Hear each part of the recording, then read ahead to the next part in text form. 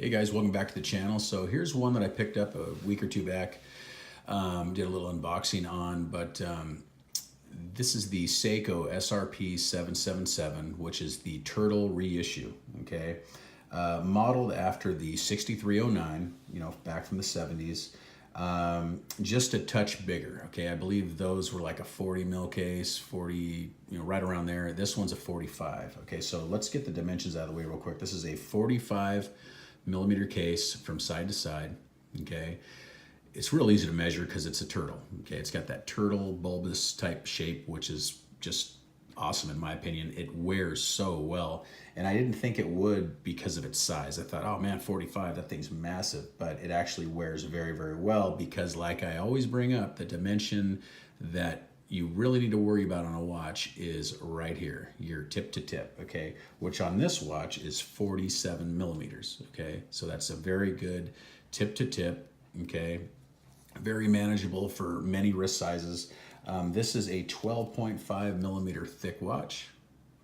So right in line. I think the SKX is pretty dang close to that, similar. So it's gonna wear kind of like that, except for it's just gonna be a little wider, okay?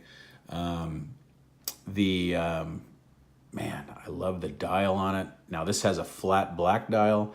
You have nice big lume plots, kind of a maxi dial look to it. That's what I love about it.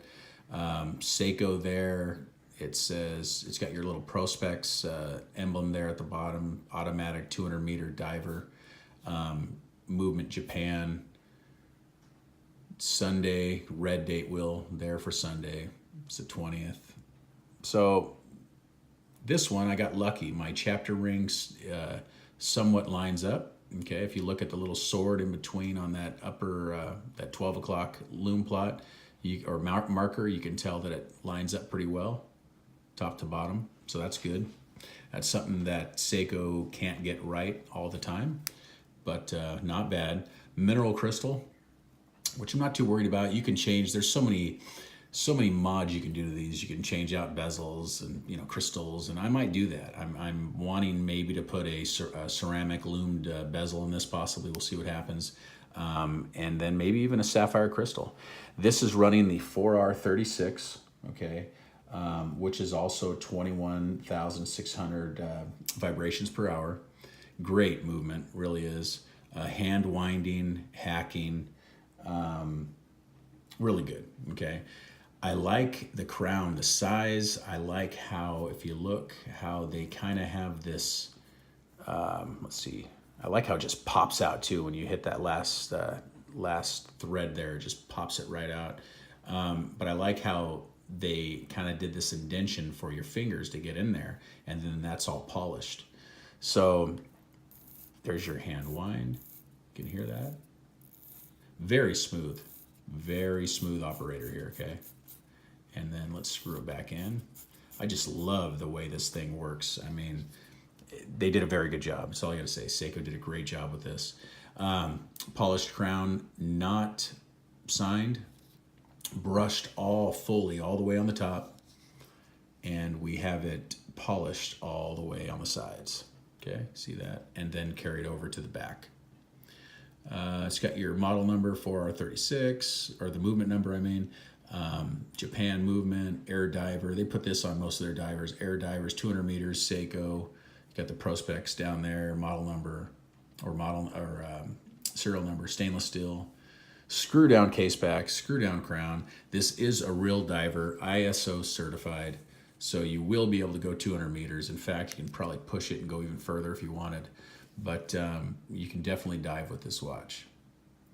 Now, something I noticed, and I'm kind of been a little stickler here on quality control, but if you look at the how it's been polished here on the inside, it's been polished very, very well. You see a little bit of lines in there, okay? Like they didn't completely finish that, like polish it real heavily like they would on the case. You don't see that on the case.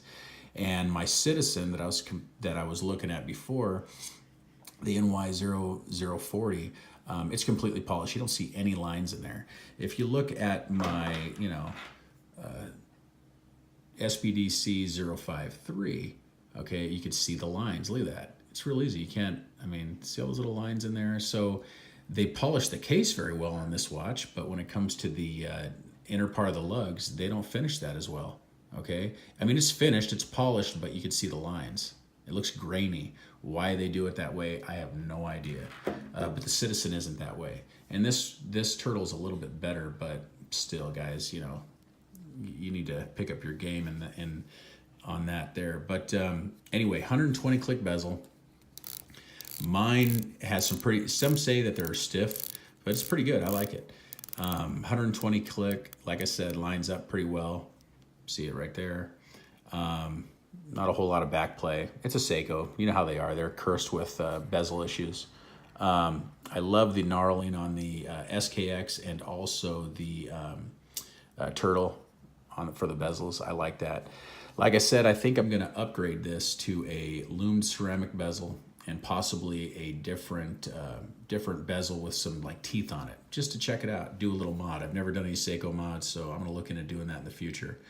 But this is just beautiful. Let's check out the loom real quick. This will not disappoint. This is where Seiko excels. Pretty much beats everybody else out. I mean, even a lot of Swiss manufacturers. So let's check this loom. Oh man, loom monster. So here, let's kill the lights. Oh yeah. I love it. So you cannot go wrong with that loom. Look at that. It's just amazing. Gosh. And this will last forever. I fell asleep with it the other night and woke up in the morning. It was still, or woke up in the middle of the night, early morning, 3, 4 in the morning, and it was still bright. So they do a great job. This is their Luma Bright. Let's flip the lights back on. So there you have it, guys. This is the Seiko srp777 turtle reissue. And I'm really glad I picked one up for my collection here. I was able to check out Aaron's from the OFD channel. He had the 775, which was the one with the gold, gilt dial, gold accents. Beautiful watch. But I was able to get a really good price on this one. I did get it used online on eBay, but it's like it's barely worn, to be honest. I actually regulated this watch, and I was able to correct the beat error, which the beat error on these automatic movements should be at closest to 0.0. This one was like 1.0, so I was able to adjust that down to 0.0, and it was very tedious work, took me some time, and then I was able to get it within COSC. I'm probably right now about +3 a day, okay? So I was able to tinker with that. It's just time consuming, but I got it, because I wanted something I could wear and still keep, good time. So this is definitely a keeper for me.